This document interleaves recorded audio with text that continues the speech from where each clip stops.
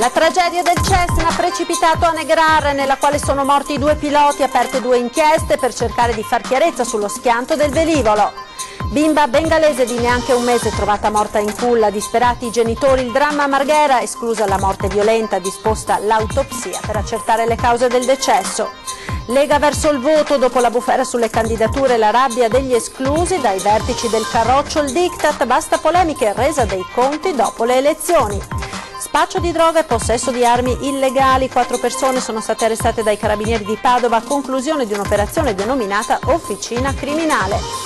Rissa in classe, i genitori di una 13enne di Padova hanno denunciato professore, preside e compagna. La denuncia ipotizza i reati di lesioni volontarie e omessa vigilanza.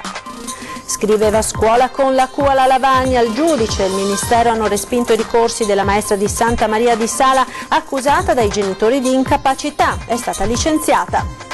Carnevale di Venezia, domenica a numero chiuso in piazza San Marco per il volo dell'Angelo, stabilita dal Comitato Ordine e Sicurezza la capienza massima per la piazza. Buongiorno, ben ritrovati con la prima edizione dei nostri telegiornali. In primo piano ancora la tragedia sui cieli di Negrar nel Veronese, costata ieri la vita ai 2 piloti. Sono state aperte 2 inchieste, ma sentiamo i dettagli nel primo servizio. Una doppia indagine sulla sciagura aerea di Abrizzano di Negrar nel Veronese, costata la vita al pilota Prospero Antonini e all'allievo Lino Lavarini, precipitati ieri mattina nel Cessna 150 nel bosco di una tenuta agricola. Sia la Procura che l'Agenzia Nazionale per la Sicurezza del Volo hanno aperto un'inchiesta per chiarire le cause della tragedia. I testimoni hanno raccontato di aver sentito un boato e poi hanno visto l'aereo da turismo precipitare al suolo e prendere fuoco. Cosa abbia provocato l'improvviso botto simile ad un'esplosione e poi abbia fatto avvitare il mezzo su se stesso e perdere quota è tutto da accertare, anche se tra tutte le ipotesi al vaglio quella ritenuta più probabile sembra quella di un guasto al velivolo. Ieri sui cieli di Negrar il volo d'addestramento. Alla cloche si trovava Lavarini, 61 anni, l'allievo che stava effettuando un volo di istruzione. Accanto sedeva Antonini, 69 anni, pilota esperto, con alle spalle oltre 20.000 ore di volo, ex comandante dell'Alitalia, abilitato come istruttore per piloti di Boeing. Difficile pensare che un pilota con una tale esperienza possa aver commesso un'imprudenza e poi, sostengono tutti gli amici di Antonini, la sua abilità nel volo gli avrebbe consentito di riportare a terra l'aereo anche in caso di avaria. Cosa è accaduto allora? Le 2 inchieste dovranno cercare di chiarirlo. Fondamentali, oltre le testimonianze, anche le analisi sui resti dell'aereo e sulle salme dei 2 piloti. La data dei funerali, in attesa del nulla osta della magistratura, non è ancora stata fissata. Bimba bengalese di neanche un mese trovata morta in culla, disperati i genitori. Il dramma ieri a Marghera, esclusa la morte violenta, disposta l'autopsia per accertare le cause del decesso. Ci aggiorna al telefono Ilaria Marchiori. Buongiorno Ilaria. Buongiorno, da Marghera un'altra neonata morta nella culla, si tratta di una bimba di appena 21 mesi, è successo martedì mattina in via Paolucci. I genitori di origine bengalese hanno immediatamente chiamato i soccorsi in preda alla disperazione. Quando i sanitari del 118 sono entrati in casa lo scenario si è mostrato da subito compromesso, tanto che nonostante i tentativi di rianimazione ai medici non è rimasto altro che constatare il decesso della bimba. Della vicenda naturalmente è stato informato anche il commissariato di Marghera, che ha inviato i suoi uomini sul posto per ricostruire la dinamica della vicenda. Il magistrato di turno potrebbe anche disporre l'autopsia sul corpicino della bimba, che sarebbe spirata, almeno secondo una prima analisi, per cause naturali. Però una tragedia che ancora ha dai contorni tutti da definire. La notizia ci ha raggiunto nel pomeriggio di mercoledì, è stata la prima dichiarazione del portavoce della comunità bengalese veneziana. Siamo molto vicini alla coppia che è stata colpita da questa tragedia. L'intenzione del rappresentante della comunità è di conoscere di persona i genitori che hanno perso la loro piccola. Ricordiamo anche che un lutto simile si è verificato nelle scorse settimane a Mestre, quando un neonato ha perso la vita sempre in una culla in un'abitazione di via Fornace. Anche in quel caso i soccorsi si sono rivelati inutili. Da Marghera è tutto, restituisco la linea allo studio. Ed ora la politica. I vertici della Lega cercano di riportare i ribelli nei ranghi dopo le polemiche sulle candidature alle elezioni politiche, ma da Treviso e Padova cova ancora forte il malumore tra gli esclusi.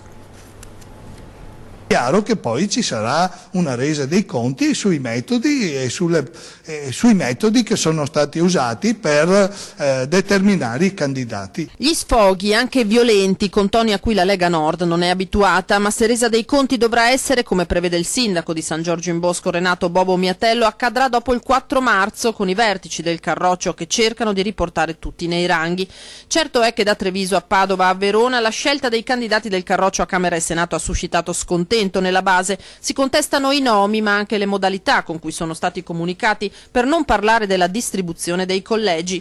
Anche il discorso dei collegi dove si può mettere 1 su 10 collegi, no, rischi il tuo culo, te lo metti lì e se sei bravo la gente ti vota, se no vai a casa. Uno non può essere candidato su 2 collegi, 3, vai su uno, un culo, una carega. Invece ho visto che non è proprio così. Nella Marca come altrove, sottolinea lo stesso sindaco sceriffo dell'Alta Padovana, a essere penalizzati sono stati gli uomini di Zaia. Critica avanzata con la consueta verve dal sindaco di Arcade Nico Presti, polemiche debordanti che ora si cerca di arginare per il bene della campagna elettorale. Ieri sera nella sede provinciale del partito, il K3 di Fontane di Villorba, il segretario provinciale Dimitri Coin ha chiamato a raccolta chi è dentro e chi è fuori, cercando di chiarire la situazione. E il risultato è che da oggi i protagonisti principali delle polemiche delle ultime ore sono in silenzio stampa. Fino alle urne, questa è l'indicazione: stop alle polemiche e alle fughe in avanti, un diktat accettato dalla base ma a denti stretti. Candidature spesso scelte anche in base ai sondaggi, ecco chi schiera Forza Italia.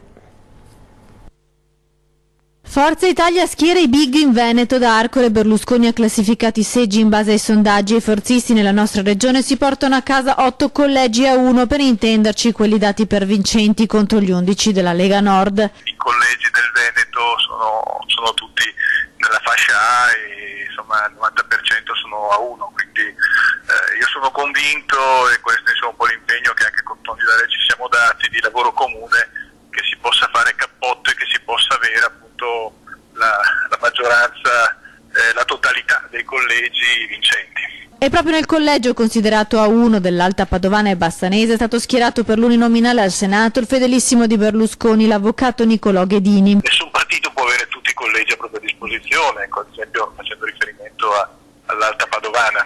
È chiaro che la Lega ha i candidati e ha indicato i candidati che ricopriranno per la Camera il collegio di Vigonza e il collegio di Bassano e noi avevamo l'incarico di indicare il candidato per il Senato che ricopre questi 2 collegi della Camera. Le polemiche interne al partito però non sono mancate. Con il caso Donazzan, l'assessore regionale ha accusato il partito di aver penalizzato le donne. Un caso che per quel che mi riguarda non esiste, nel senso che si è fatto un ragionamento immediatamente, alla luce soprattutto del fatto che il gruppo in regione si era affievolito con la partenza di un consigliere regionale, quindi con Elena si era ragionato da subito perché fosse più importante insomma, che lei rimanesse in regione a fare l'assessore. L'ex senatrice Casellati invece correrà a Venezia per l'uninominale al Senato. Alla Camera invece per l'uninominale di Abano Terme ci sarà Lorena Milanato. Nei plurinominali sempre per la Camera si vedono anche Marco Marina, Roberto Caon,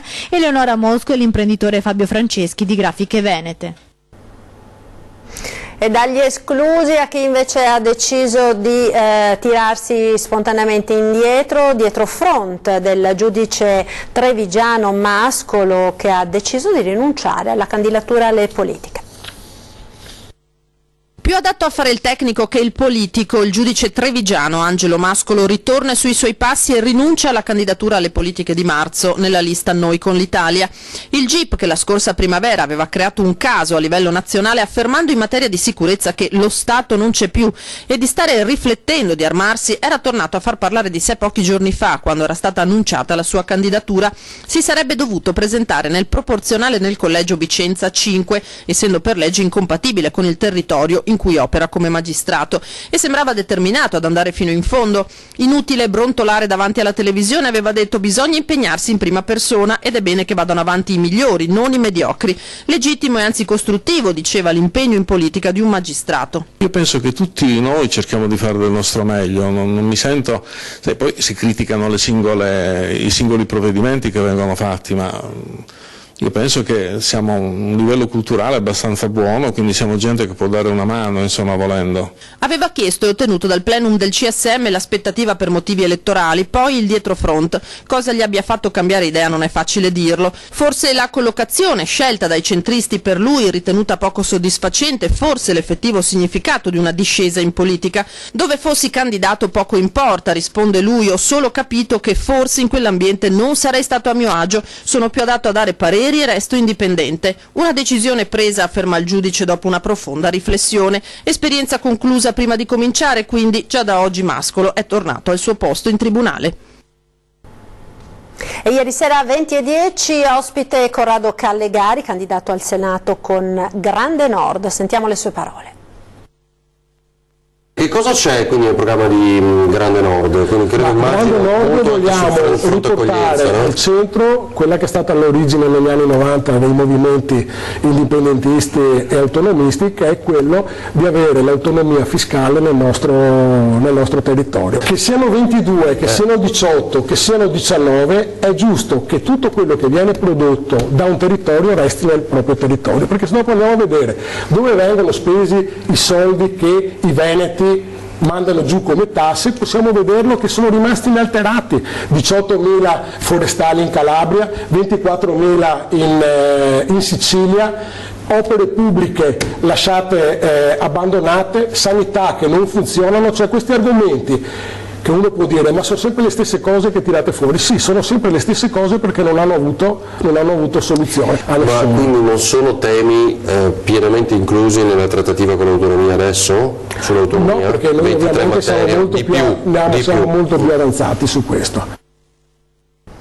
Ed ora la cronaca, indagini serrate a Belluno per dare un volto ed un nome a Erostrato, il maniaco che nei giorni scorsi ha fatto trovare nei pressi di un asilo di Santa Giustina una lettera di minacce ed un sacchetto di caramelle con spilli, minacciando di fare del male ai bimbi se non verrà eretta una statua a lui dedicata. Indagini complesse, i timbri postali sono tutti di Padova, prove impure dato che gli oggetti lasciati dall'uomo sono stati toccati da altri e la procura di Belluno e i carabinieri di Feltre non sono convinti che si tratti per forza di una persona colta, nonostante le dotte citazioni lasciate nei suoi messaggi deliranti. E la Guardia di Finanza di Treviso sta indagando su falso e truffa ai danni dello Stato, sotto esame le assunzioni di bidelli e personale amministrativo nelle scuole della nostra provincia, in particolare chi arriva dal napoletano. Sentiamo. Falso e truffa ai danni dello Stato. E questa è l'ipotesi di reato su cui sta indagando la Guardia di Finanza su ordine della Procura di Treviso, dopo un esposto presentato dal Provveditorato. Tutto parte da una segnalazione anonima su presunti diplomi, punteggi e titoli che sarebbero stati ottenuti in maniera illegale da parte di personale successivamente assunto nelle scuole trevigiane. La segnalazione, peraltro piena di astio verso chi si è aggiudicato un posto di bidello o di personale di segreteria, è circostanziata e ritenuta dalla Procura credibile. Probabilmente scritta da un candidato danneggiato dalla graduatoria e che, denunciando i fatti, spera di poter ottenere ciò che gli sarebbe stato illegalmente sottratto, ovvero un posto di lavoro sicuro. Nella lettera si fa riferimento ad attestazioni e abilitazioni ottenute in particolare in provincia di Napoli, attualmente oggetto di verifiche da parte delle Fiamme Gialle trevigiane. Per questo da giorni è un continuo via vai nella sede della Guardia di Finanza provinciale di dirigenti scolastici convocati per un colloquio con la richiesta di produrre curriculum e diplomi del personale assunto. Decine le posizioni in corso di accertamento per un'ipotesi di reato che proprio a Napoli ha un precedente. 250 privatisti che avrebbero ottenuto il diploma dietro un pagamento di 5.000 euro, un attestato poi utilizzato per essere assunti nelle varie graduatorie di tutta Italia. Ed ancora cronaca, 4 persone, 2 italiani e 2 albanesi sono stati arrestati dai carabinieri di Padova con l'accusa di spaccio e detenzione abusiva di armi. Ci aggiorna al telefono Guido Barbato. Buongiorno a tutti da Padova. C'era una vera officina criminale dove tra rottami, ricambi di auto, roba recuperata da sgombri di soffitte e cantine, in questa officina sono spuntati all'improvviso 3 etti di cocaina e una pistola. L'officina, scoperta dai carabinieri a Monselice nella zona industriale della Rocca, era gestita dall'albanese Arthur Isa, 39 anni, abitante a Tribano, sempre nel Padovano, e da una quindicina d'anni è attivo nel commercio della droga in provincia di Padova. Con lui, impegnato nella officina, diciamo così, a doppia attività, un altro albanese di 34 anni, incensurato senza fissa dimora. I carabinieri, durante un appostamento nella zona industriale di Monselice, appunto, nei giorni scorsi, avevano visto i 2 stranieri passare una pistola Beretta 7,65 con 49 proiettili al 52enne Francesco Antonio Durante, un calabrese residente a Padova, anche lui con dei precedenti per droga. Questa persona ha nascosto l'arma risultata rubata l'estate scorsa a Correzzola nel Padovano in un bidone per le immondizie. I carabinieri l'hanno recuperata di notte e il pubblico ministero Benedetto Roberti ha emesso 3 mandati di arresto per possesso di armi illegali.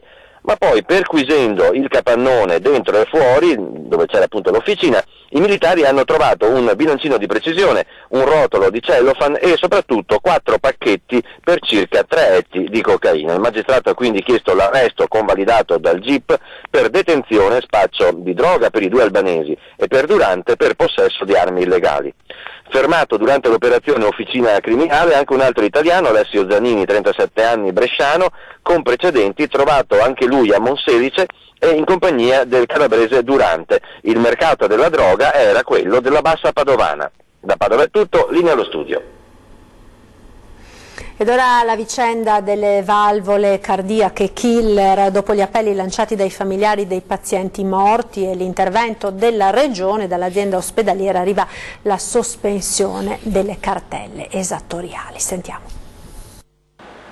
Tutto bloccato, nessuna richiesta di risarcimento. A firmare la sospensione delle cartelle esattoriali inviate dall'azienda ospedaliera di Padova alla vedova di Antonio Benvenu, morto nel febbraio 2002, prima vittima delle valvole cardiache della Tritec. Dopo un intervento al centro Gallucci di Padova ci ha pensato la stessa ASL. Un sospiro di sollievo per Margherita Sambini e la figlia, che dal 1° dicembre avevano fatto sentire la loro voce amareggiata dopo la richiesta di restituire con gli interessi 100.000 euro ottenuti come risarcimento. Una vicenda tutt'altro che conclusa. La prossima settimana ha previsto un incontro a Venezia, a Palazzo Balbi. Dopo il mandato ricevuto dai consiglieri veneti, la Regione sarebbe intenzionata a chiudere questo pasticcio e a farsi carico in toto della restituzione del debito. Ci fermiamo ora per qualche istante di pubblicità. Linea alla regia, restate con noi.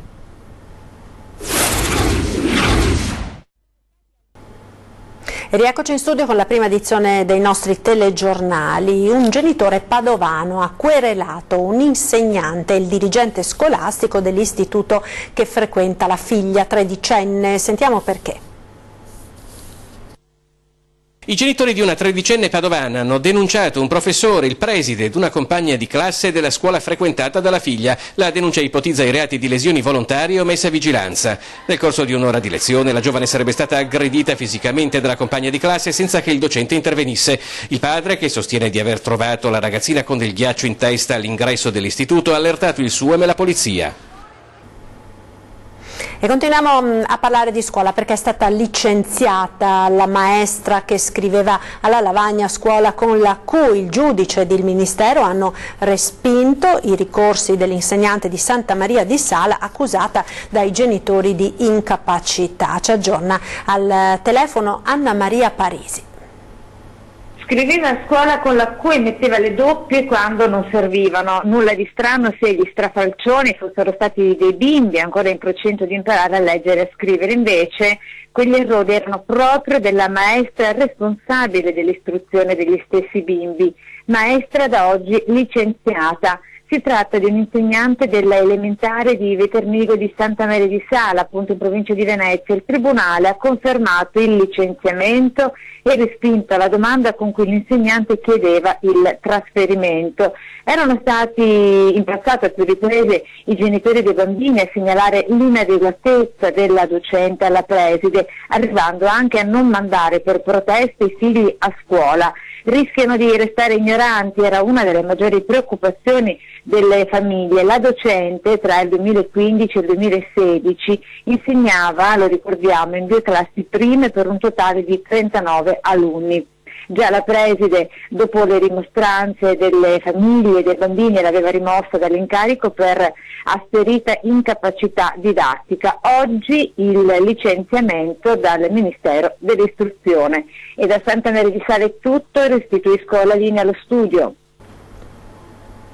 Parliamo ora di donne perché la Confartigianato di Asolo e Montebelluna ha organizzato 5 incontri per aiutare le donne, imprenditrici, libere professioniste e lavoratrici autonome in un percorso utile per conoscere i propri diritti in campo lavorativo e patrimoniale. Viviamo in un paese dove una donna che vuole avere una famiglia e al tempo stesso svolgere un'attività in proprio si trova di fronte a tante difficoltà. Viviamo in una struttura sociale che limita alle volte la possibilità di conciliare lavoro, famiglia o anche solo gli orari degli asili e delle scuole dei propri figli. Questi e tanti altri problemi sono il limite maggiore per una donna che vuole assumere ruoli di responsabilità in un'impresa. È proprio con l'intento di aiutare queste donne che inizierà da domani presso la sede di Confcommercio ad Asolo un ciclo di 5 incontri in grado di offrire informazioni utili a conoscere meglio i propri diritti in campo lavorativo e patrimoniale e fornire gli strumenti con i quali tutelarsi. Lo scopo di questa iniziativa è dare tutta una serie di strumenti di supporto per le nostre imprenditrici femminili, che consideriamo una componente fondamentale all'interno dei nostri associati, perché rappresentano più del 33% e vediamo che hanno anche dei tassi di crescita più sviluppati rispetto ad altri comparti. Durante gli incontri verranno trattati temi relativi ai figli, alla loro tutela e alla previdenza complementare, ma non solo. Si parlerà delle tutele assicurative e delle prestazioni previste dalla legge in caso di maternità o malattie. Questi incontri sono stati voluti proprio per dare più consapevolezza all'imprenditoria femminile proprio nella nostra zona, avere più strumenti di conoscenza ci dà l'opportunità di gestire meglio le nostre attività. Appuntamento dunque domani alle 20 in Fornace ad Asolo e poi a seguire con gli incontri successivi fino a giugno.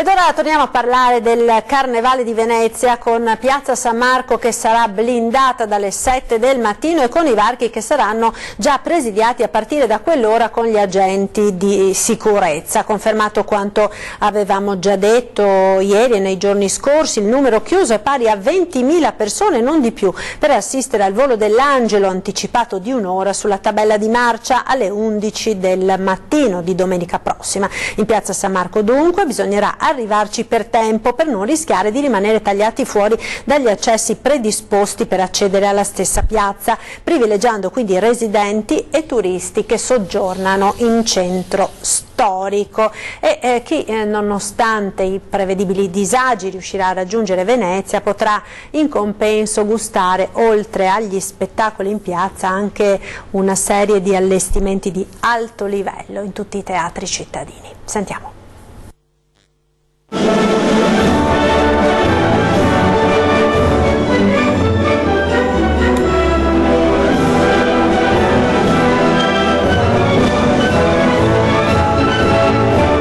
La Fenice celebra il Carnevale con 2 grandi allestimenti sul tema della trasgressione e del godimento, la Vedova Allegra e il Barbiere di Siviglia.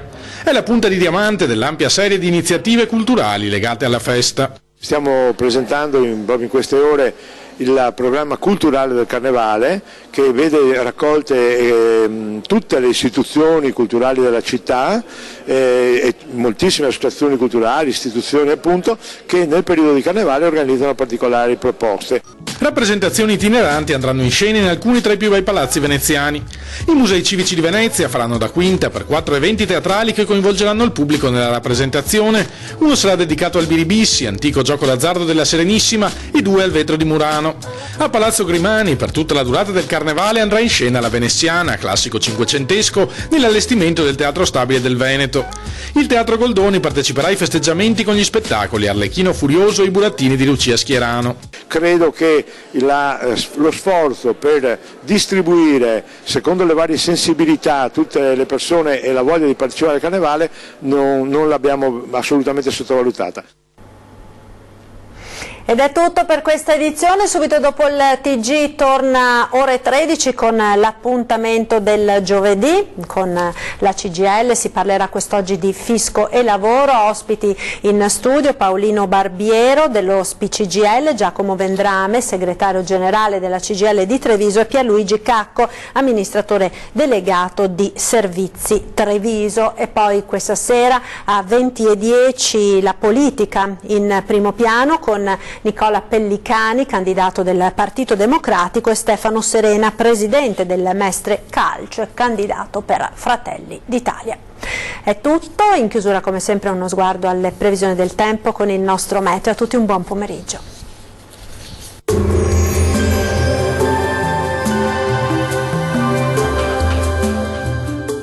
Termoidraulica Susin. Se compri una caldaia, in omaggio il condizionatore. Termoidraulica Susin a 0 branco. Il mese di febbraio si apre con una diffusa instabilità sulle nostre regioni. Vediamo insieme nel dettaglio cosa ci attende per la giornata del 1° febbraio. Sul Veneto tempo molto instabile sin dal mattino e per tutto l'arco della giornata, con precipitazioni diffuse localmente anche di moderata intensità e deboli nevicate sui settori alpini di confine. Le temperature massime saranno comprese tra i 5 e i 13 gradi, valori minimi tra 3 e 8 gradi circa. Spostiamoci ora a vedere che tempo farà sul Friuli Venezia Giulia. Condizioni di maltempo con piogge diffuse un po' ovunque sulla nostra regione, anche di moderata intensità e con rischio di locali nubifragi. Deboli nevicate sui settori alpini dai 900 1000 metri. Le temperature massime saranno comprese tra 9 e 12 gradi, valori minimi tra 5 e 9 gradi circa. Spostiamoci ora a vedere che tempo farà sul Trentino Alto Adige. Anche qui il tempo sarà molto instabile con molte nubi e qualche precipitazione sui settori meridionali del Trentino, anche a carattere nevoso a quote basse sul resto della regione. Temperature massime che si attesteranno intorno agli 8 gradi, minime tra lo 0 e i 3 gradi. Il mare sarà mosso, localmente molto mosso nel Golfo di Trieste, i venti forti, meridionali, localmente moderati sulla laguna di Venezia. Dal meteo per ora è tutto, arrivederci.